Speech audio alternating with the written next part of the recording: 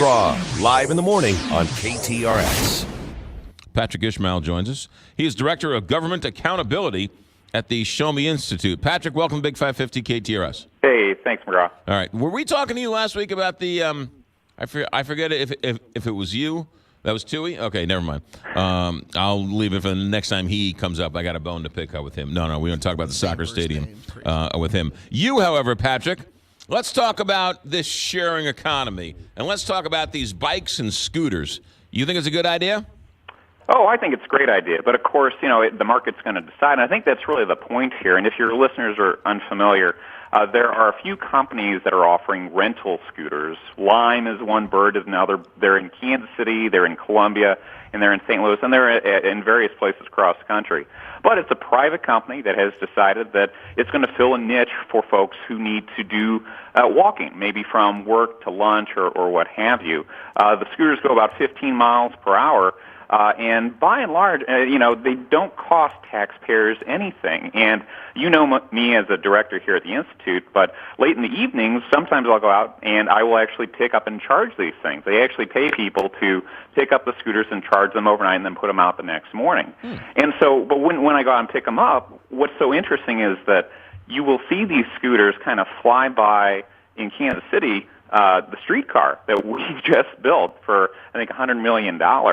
And, of course, with streetcars, you can't go left or right. You're kind of stuck on the track. And in Kansas City, it's north-south.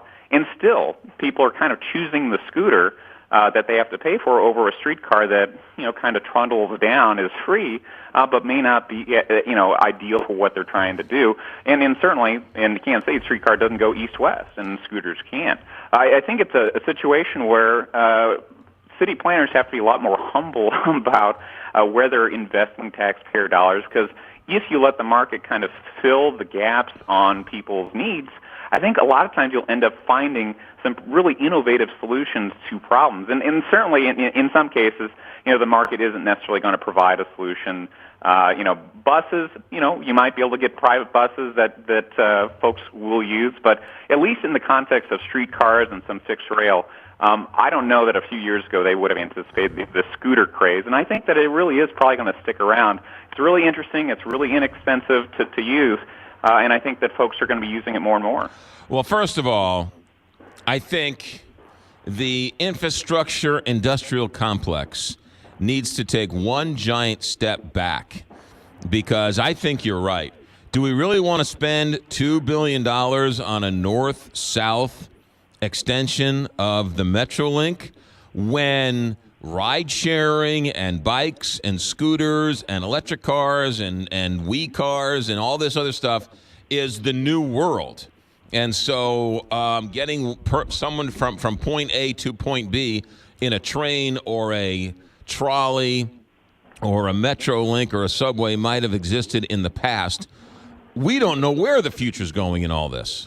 Yeah, you're exactly right. Where these scooters sit right now, I would say, is between walking and kind of a ride share. And so, over the course of about 10 minutes, I think you would be spending maybe $2.50 on the scooter, which is cheaper than an Uber, and depending on public transit, maybe actually be about the same. And you don't have to take it to some sort of like hub. You don't have to leave it at a fixed location. You can actually leave it outside of a business or outside your home or wherever, and someone will come by in the evening and pick it up and charge it, and you don't have to worry about it anymore. So, yeah, it really takes, I think, a certain level of humility to look at a transit system and really say, we don't necessarily know what the future holds here, but, as a steward of taxpayer money, I'm going to be slow to start, dumping money into this transit project or this transit project, because technology is such today that we are probably going to be seeing a lot of innovations like this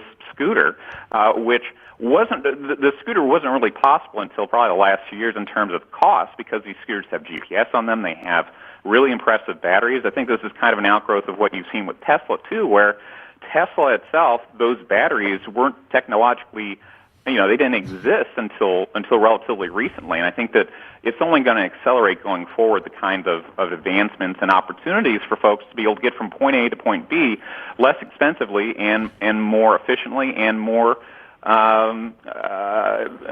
it'll be easier for them to get from place to place. How much do they pay you to charge one of these things?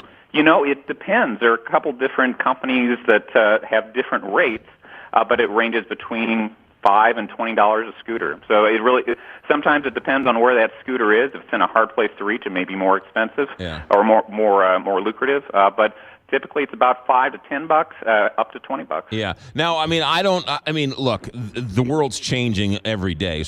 But one of the negatives, and one of the things that the scooters aren't going to be able to fix, or at least not now, but I won't say never. You have a Cardinal game, you have a Blues game, you got something going on downtown at the Arch, right? Everyone takes the mass transit, and so there's no way to have 50,000 scooters available to go from wherever down to the Busch Stadium and then back. So I don't know if existing public transit still has a place, but we can at least agree that the world is changing rapidly, and we don't know where it's going to end up. So we should probably take a giant step back and at least study it before we go any further. Yeah, I think so. If you're talking about technologies that are a replacement for walking like a streetcar, I think that particularly we have to be very careful. If you're talking about longer distances, I think you have to look at it a little bit differently. But at the same time, I think that technology is making some great opportunities for folks to get from point A to point B less expensively. And I think as policymakers, it really does take humility to say, I'm not going to spend this money right now. Let's see what the market provides. Yeah, Patrick Ishmael, Director of Government Accountability for the Show Me Institute. Show Me, is it showme.org? Showmeinstitute.org. Patrick, have a good week. Thanks.